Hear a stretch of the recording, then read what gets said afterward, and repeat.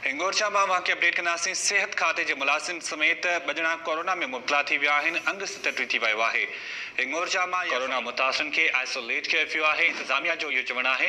वाक़िअ ख़बर ॾियो पिया कोरोना मुतासिरनि खे हिंगोरछा वाक़िअ ख़बर ॾियो पिया सिहत खाते जे मुलाज़िम समेत ॿ ॼणा कोरोना वायरस में मुब्तला थी विया आहिनि। तफ़सील मालूम कंदासीं अब्दुल जब्बार चांग खां। जी अब्दुल जब्बार, वधीक कहिड़ा अपडेट्स आहिनि? जी बिल्कुल अवांखे ॿुधाईंदो हलां त सिहत खाते जो हिकु मुलाज़िम ऐं हिकु शहरी वधीक कोरोना जो शिकार थी विया आहिनि।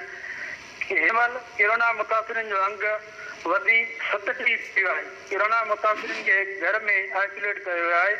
उन सिलसिले में THO सूबेदारो डॉक्टर अब्दुर्रहमान असांखे ॿुधायो त हिंगोरछा में कोरोना जा केस धड़ाधड़ वधी रहिया आहिनि। हिंगोरछा में 6 डॉक्टरनि समेत हिन महिल ताईं 37 माण्हू कोरोना में मुब्तला थी चुका आहिनि। उन करे एहतियाती तदाबीरनि जी अमल करण जी ज़रूरत आहे।